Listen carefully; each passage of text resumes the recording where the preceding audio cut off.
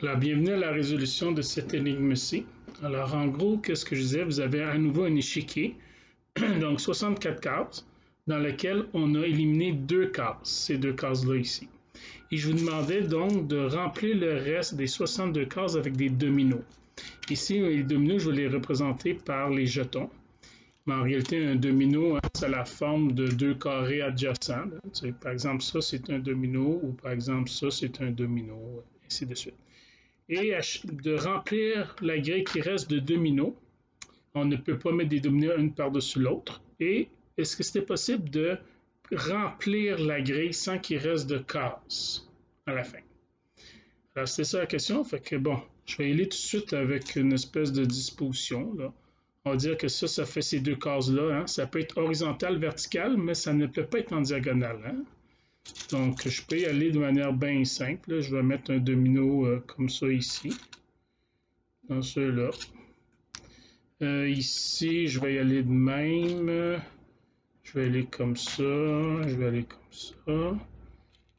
Ici, il y a cette case-là, fait que ça décale ici. Ça décale.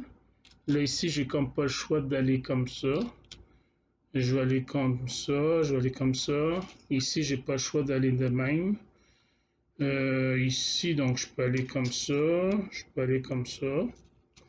Ici, cette case est prise, donc je peux aller ces deux-là ici. Ces deux-là ici. Ici, j'ai comme pas le choix de faire ces deux-là. Ici, j'ai pas le choix de faire ces deux-là. Ici, ce serait ça comme ça. Ici, ce serait de même. Ici, ce serait comme ça. Ici, il en reste un ici, comme ça. Ici, je peux pas aller de même, fait que je vais faire un autre comme ça. Ici, ça veut dire qu'il y en a un comme ça.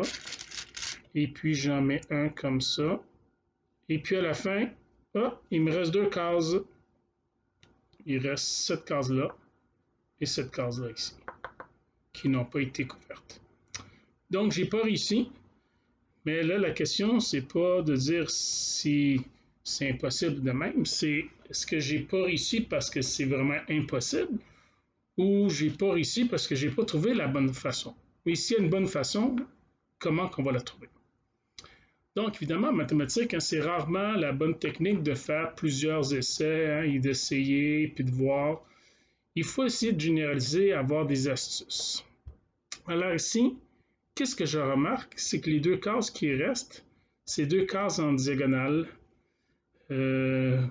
Ouais, ok. Qu'est-ce que je peux dire d'autre? Regardez, je vais enlever les 31 jetons qui étaient à notre disposition, tel que dit dans l'énoncé, et je vais réfléchir. Qu'est-ce que je remarque par rapport à ces deux cases-là? En fait, je vais les encercler pour que je puisse revenir là-dessus.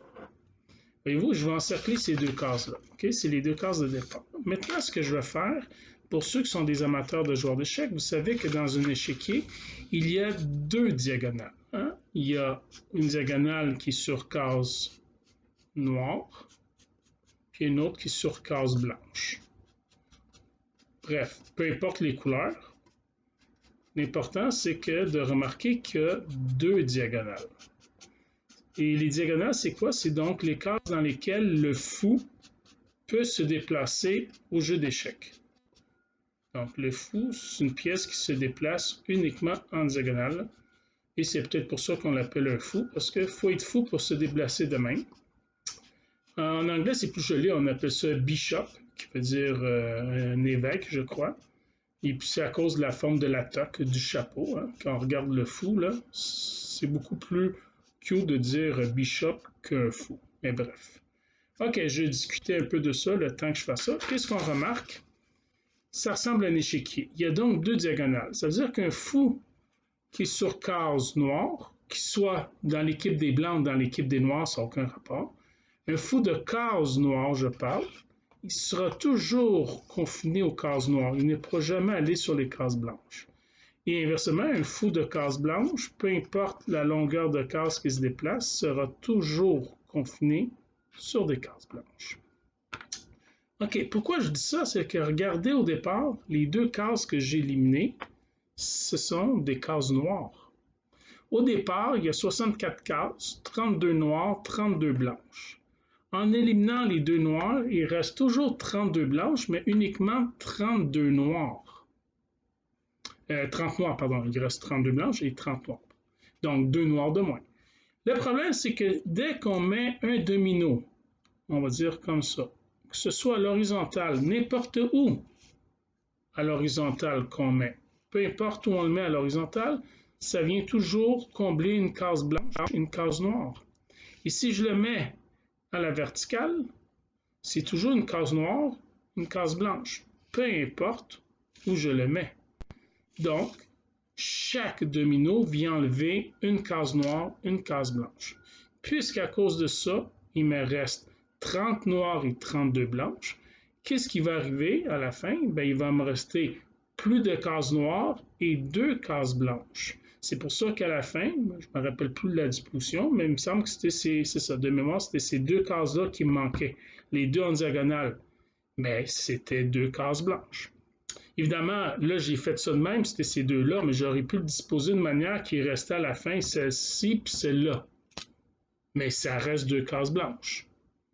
Ou celle-là puis celle-là, peu importe. Là, je l'ai fait pour essayer de réussir. Donc, les 2 cases étaient assez proches, mais ils auraient pu être éloignés dépendamment. Mais ce qui est sûr, c'est qu'il va rester 2 cases de la même couleur, dans ce cas-ci des cases blanches.